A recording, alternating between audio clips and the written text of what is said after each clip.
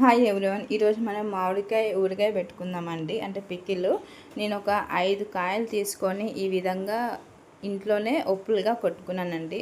అంటే చిన్న కాయలు కాబట్టి ముట్టు ఉంది, కానీ ముట్టుతో పెట్టుకోవచ్చు, ముట్టు లేకుండా పెట్టుకోవచ్చు.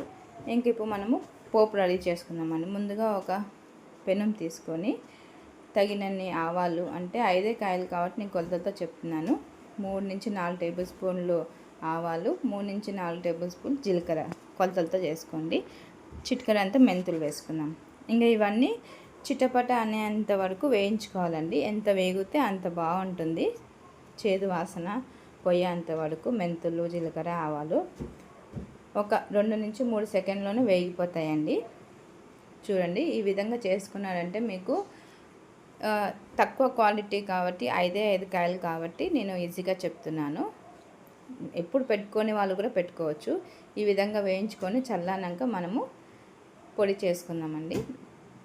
ఇంకా మిక్సీ బౌల్ తీసుకొని చల్లారిపోయండి. ఇంకా మనం పొడి చేసుకొని పక్కన బౌల్లో సర్వ్ చేసుకుందాము. చూడండి, ఈ విధంగా మెత్తగా గ్రైండ్ చేసుకోవాలి. గ్రైండ్ చేసుకున్నాక ఒక బౌల్లోకి సర్వ్ చేసుకోండి.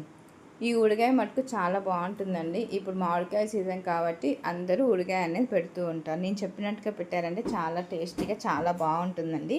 వేరువేరు అన్నంలోకి, పెరుగులోకైనా ఒక ఉప్పు వేసుకొని తినొచ్చు. ఇంకా అదే పెనంలో నేను ఆయిల్ అనేది తక్కువ వేస్తున్నాను. చూడండి, కప్పులో 1/2 కప్పు ఆయిల్ వేస్తున్నాను. ఎందుకంటే 5 కాయలు కాబట్టి ఆయిల్ ఎక్కువ వేసుకుంటే బాగుండదు, కొంచెం తక్కువ వేసుకోండి. ఇంక ఇప్పుడు ఆయిల్ హీట్ అయ్యాక 2 టేబుల్ స్పూన్లు జీలకర్ర వేసుకోండి, ఆవాలు వేసుకోండి. 2 వేసుకోవాలండి. మీడియం ఫ్లేమ్లో పెట్టుకోండి. ఇంకా అలానే చిటికెడంతా కరివేపాకు కూడా వేసుకుందాము. అలానే తెల్లగడ్డలు ఒక 4 నుంచి 5 దంచుకొని వేసుకోండి. చూడండి, ఈ విధంగా కలుపుతూ ఉండండి. ఒక 2 నుంచి 3 నిమిషాల వరకు బాగా గోల్డెన్ బ్రౌన్ వచ్చేంత వరకు, తెల్లగడ్డ కొంచెం రెడ్గా వచ్చేంత వరకు వేయించుకోవాలండి. చిట్టపట్ట అనే సౌండ్ పోయేంత వరకు. ఎంత బాగా వేయించుకుంటే అంత బాగుంటాయి. ఈ విధంగా వేయించుకున్నాక స్టవ్ ఆఫ్ చేసేయండి. బాగా నూనె ఇప్పుడు మనం ఏదైతే పోపులాగా వేసుకున్నామో బాగా చల్లగా అయిపోవాలండి. వేడి మీద అయితే వేయకండి. ఇంక ఇప్పుడు మనము ఏవైతే మామిడికాయలు ఒప్పులు కొట్టుకున్నామో బాగా తెమ్మ లేకుండా ఆరబెట్టుకోవాలండి. తెమ్మ ఉండకూడదు, చెడిపోతుంది.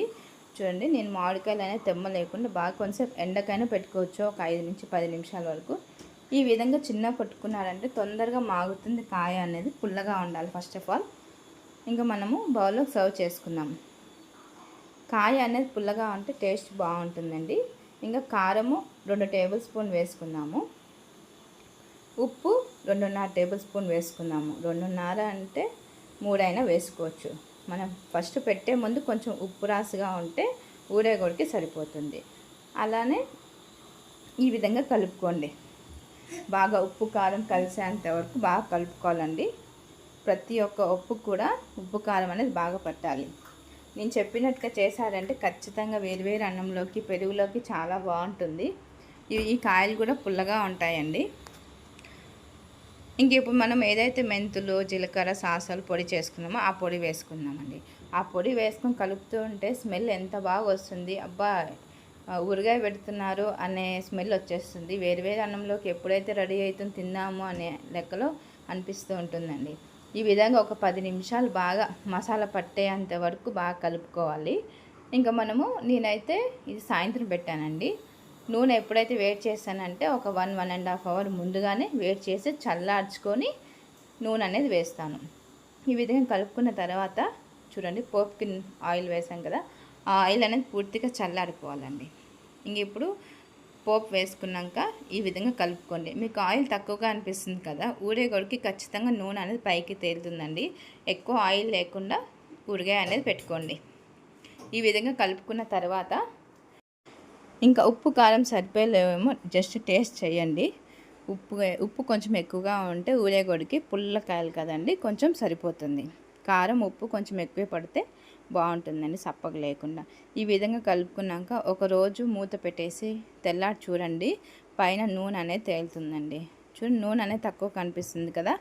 ఇంకా మనము మూత పెట్టేస్తాను. చూడండి, నెక్స్ట్ డే మార్నింగ్ మూత తీసి చూసాను. చూడండి, నూనె అనేది కింద అరుగున ఉంటుంది.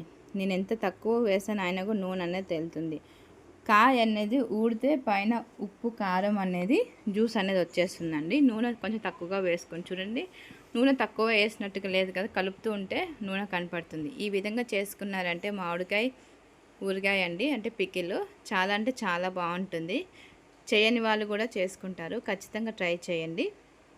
మీకు మసాలా అనేది కనపడుతుంది కదా, తక్కువ మసాలా కొన్ని కాయలతో మనం ఊరగాయ పెట్టాము. ఎంతో రుచికరమైన మామిడికాయ ఊరగాయ అండి. ఖచ్చితంగా ట్రై చేయండి. లైక్ చేయండి, సబ్స్క్రైబ్ చేయండి, షేర్ చేయండి. Thanks for watching.